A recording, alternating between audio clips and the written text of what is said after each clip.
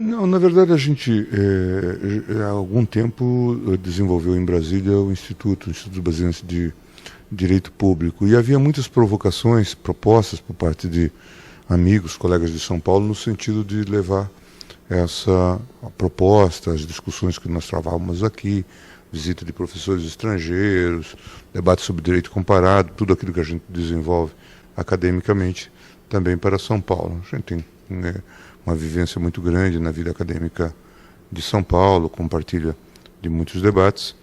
E esse projeto foi sendo cultivado e ao mesmo tempo adiado, né? Eu vivo muito em São Paulo, participo de muitos debates, bancas, seminários, palestras, conferências.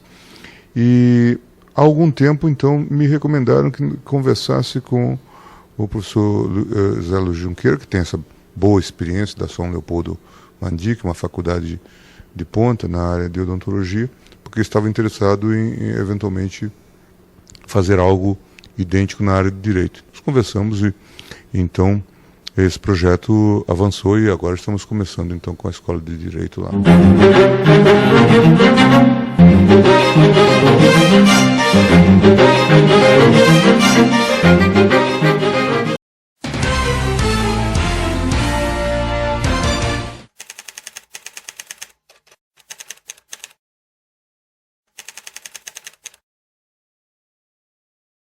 Eu tenho a impressão de que nós temos que ensinar na escola de direito certamente toda essa a técnica, a tecnologia jurídica mais elaborada, mais sofisticada, na dogmática nas várias áreas aí, no direito civil, no direito comercial, no direito administrativo, no direito constitucional.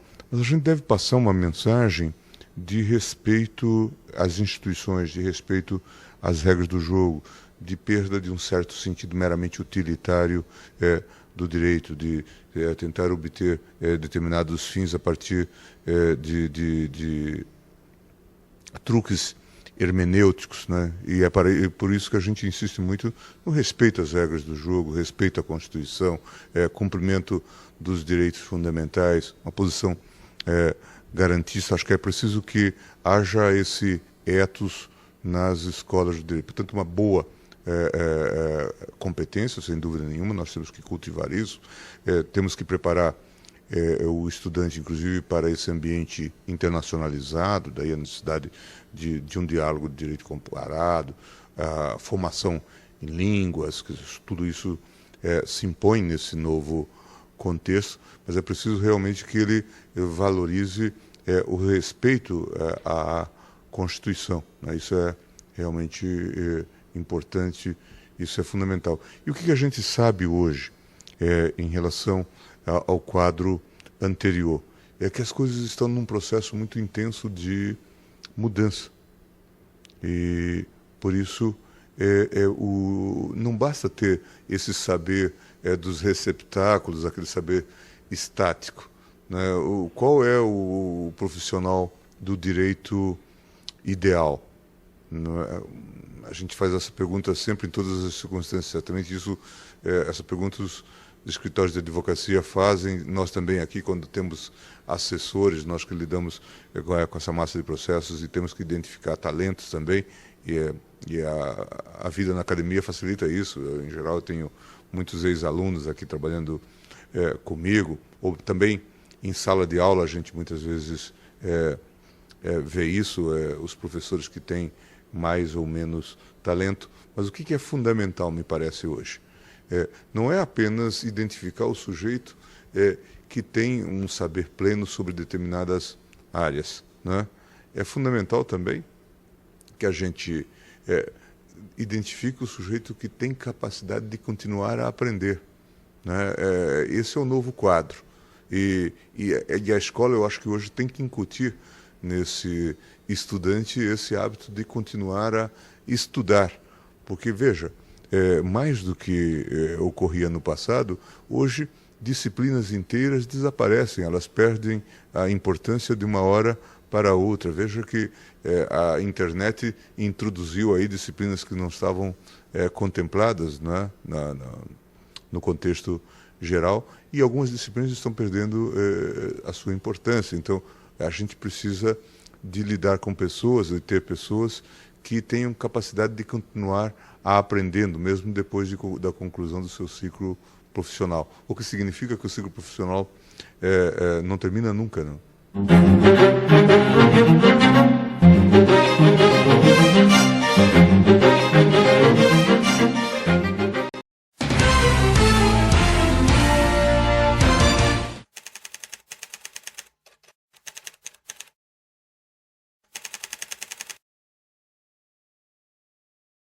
Acho que é fundamental. E também mesclar experiências, não é? Nós temos que contemplar os grandes nomes que são reconhecidos, porque são paradigmas, inclusive, para os estudantes, e temos que também trazer, identificar os jovens talentos. É preciso fazer essa mesclagem. Esse jovem talento tanto terá no grande mestre também um paradigma, como ele vai se aperfeiçoar, ele vai dar continuidade a esse projeto. Então é fundamental que a gente tenha até um certo equilíbrio, mas me parece que uma escola de excelência tem que primar realmente por um quadro de grande peso.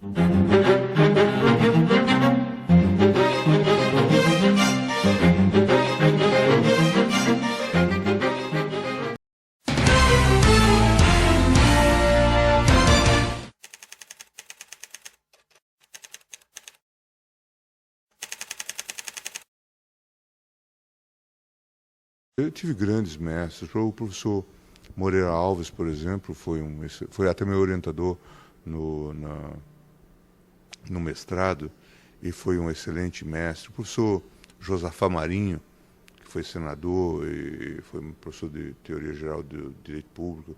A professora Ana Maria Vilela. Na Alemanha, conheci à distância, mas troquei correspondência, fiz tradução e de certa forma convivi um pouco com ele, o professor Konrad Hess, o meu orientador mesmo, o professor Eriksen, foi extremamente importante.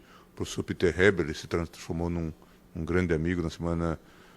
Na metade de abril, estarei lá em Granada, participando de uma homenagem a ele, discutindo questões com eles. Então, em suma, a gente sempre se inspira nesses grandes modelos.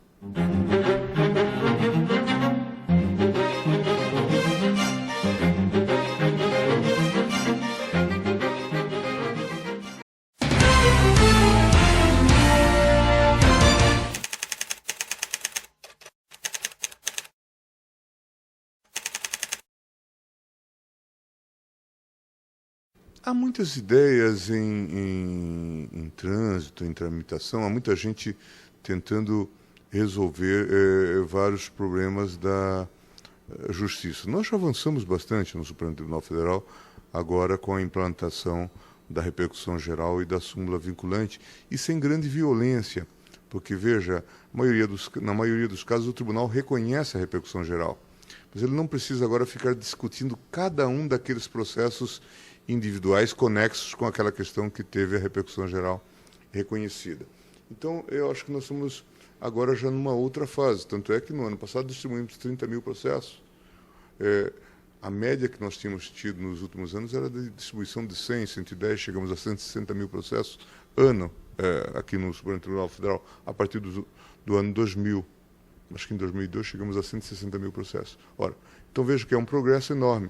E é uma racionalidade dentro desse quadro de falta de racionalidade numérica, porque nós tínhamos uma crise numérica enorme, uma expansão, mas ela incidia em cada ano, a cada ano, sobre um dado nicho, um dado temário, uma dada temática de processos. Então nós temos que realmente modernizar, continuar a fazer esse esforço.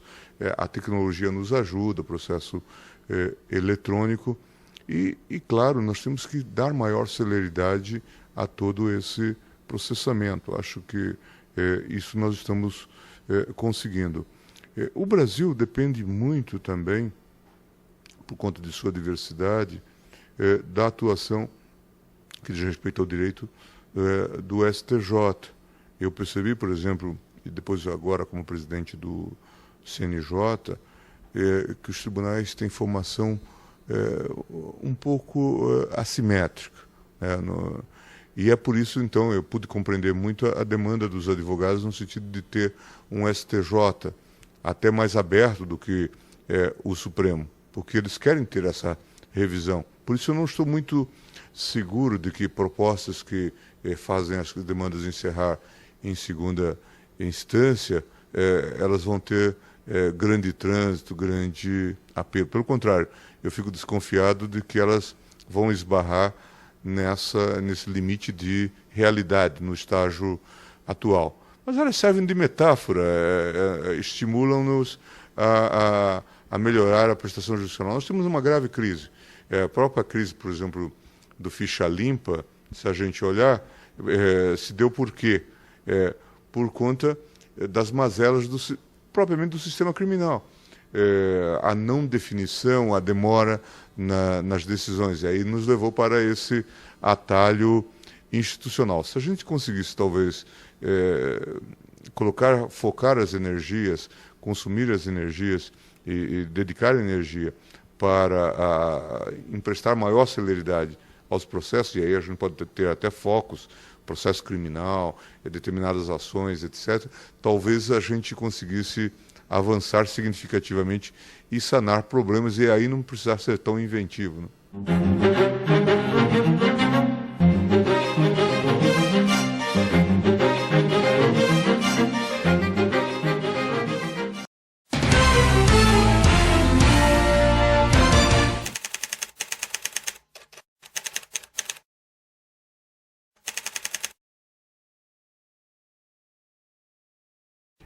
É uma questão muito delicada e certamente na prática vai ter muitas consequências quando alguém começar a ter uma execução que pode se consumar como definitiva e se o recurso for provido, né? E se a gente olhar hoje, eu não sei qual é a média, mas certamente o índice de concessão de provimento de recursos, tanto no STJ quanto no Supremo, isso a gente tem que segmentar, é um índice bastante alto. Então nós temos outras melhorias, pode ser até que essa ideia seja uma boa ideia no futuro, revendo todo o sistema, todos os sistemas, mas nós ainda não exaurimos todas as reformas possíveis nas coisas elementares. Por exemplo, processo criminal. Nós fizemos pequenas reformas e já temos resultados no Supremo. Nós estamos conseguindo julgar os processos criminais no Supremo. O que nós fizemos? Nós criamos um núcleo de processo penal para focar as ações penais que estavam aqui, de alguma forma, às vezes, parada, e ajudar a gerenciar essas ações juntamente com os gabinetes. Depois criamos, por lei, o juiz auxiliar para a instrução. E veja que nós já demos uma dinâmica significativa, já tivemos condenações e temos tido também muitas absolvições. Só que a absolvição não é contabilizada nos índices de imprensa, né? Porque alguns imaginam que tribunal existe para condenar. Eu até brinco dizendo, tribunal que existe para condenar é tribunal nazista. E nós não estamos rasgando o processo, nem queimando o processo.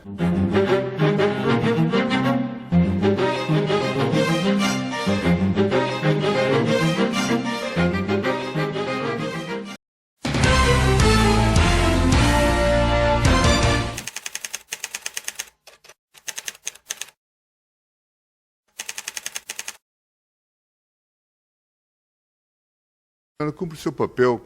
Nós devemos estar preparados para isso também, né?